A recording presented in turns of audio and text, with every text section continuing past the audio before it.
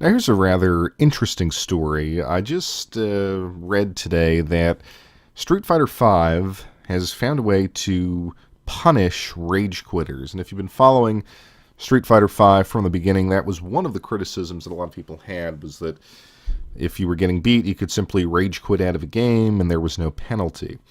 So I guess they started by punishing you with some sort of, if you had so many disconnects in a certain period of time, you got locked out of matchmaking, I think, for a day.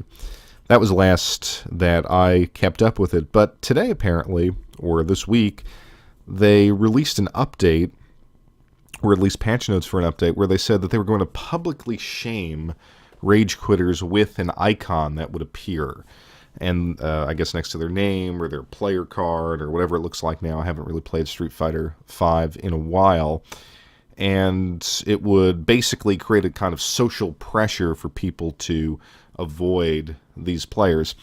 Now, it's kind of an interesting problem for Capcom. On the one hand, this behavior does degrade the enjoyment of the product for a lot of players.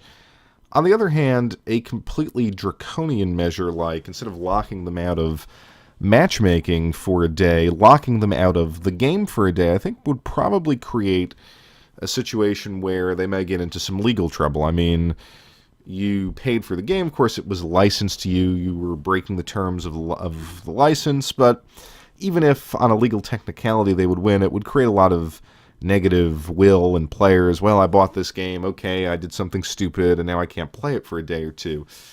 But this approach, while certainly novel, is, I think, a very slippery slope for the industry to go down. Why is that? Well, the scarlet letter public shaming kind of thing could lead to a situation where other behaviors are shamed, or where your in-game abilities, or whatever you want to call it, your avatars, or something like that, could be, I think, used against you in a certain way. I mean, I don't think we're at this level yet, but let's say you use profanity, and I don't know if they control that anymore, but I remember back in the days of Xbox Live, back on the original Xbox, all the profanity you would hear, and I believe it's still an issue in like Call of Duty. You read that from time to time. So let's say somehow you get flagged for profanity and your gamer profile is negatively affected by that.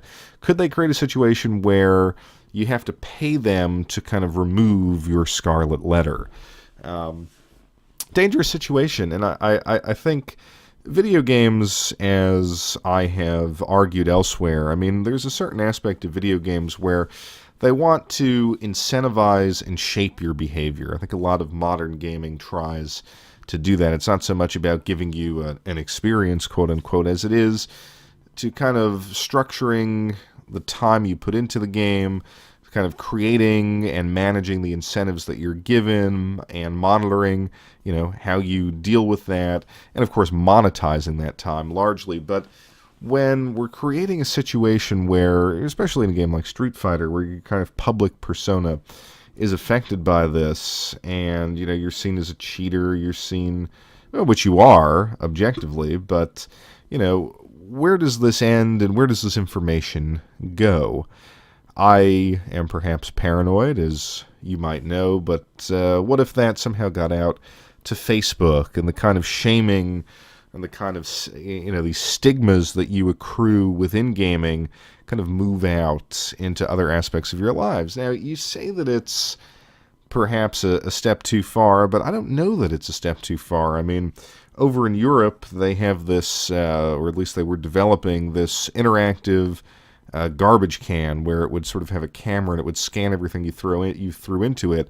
And in countries like Sweden and Germany and Austria and stuff like that, with all the 8 million different ways of recycling, if green plastic ended up in the white plastic bin and the camera took a picture of it, it would pump that out to Facebook. Well, who's to say that as our online identities are being manufactured into something, I think, fundamentally different? I mean, you could see in a couple of years your online persona include things like your credit score, and not just where you live and who your friends are.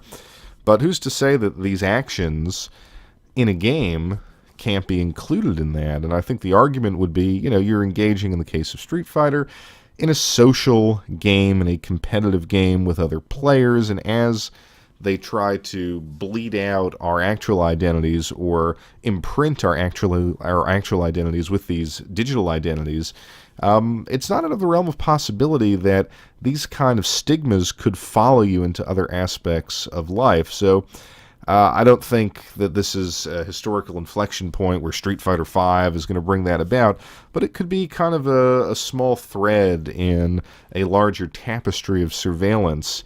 So I would encourage Capcom to maybe rethink this or to come up with some other way of punishing players. The thing that occurred to me as I was reading this, and I'll link the article below, but why not? I mean, basically, you rage quit out of a game, you cheat someone else out of a win. So why doesn't Capcom come up with a way that, as you're playing as a rage quitter and you're about to win, the game kicks you out and you've lost?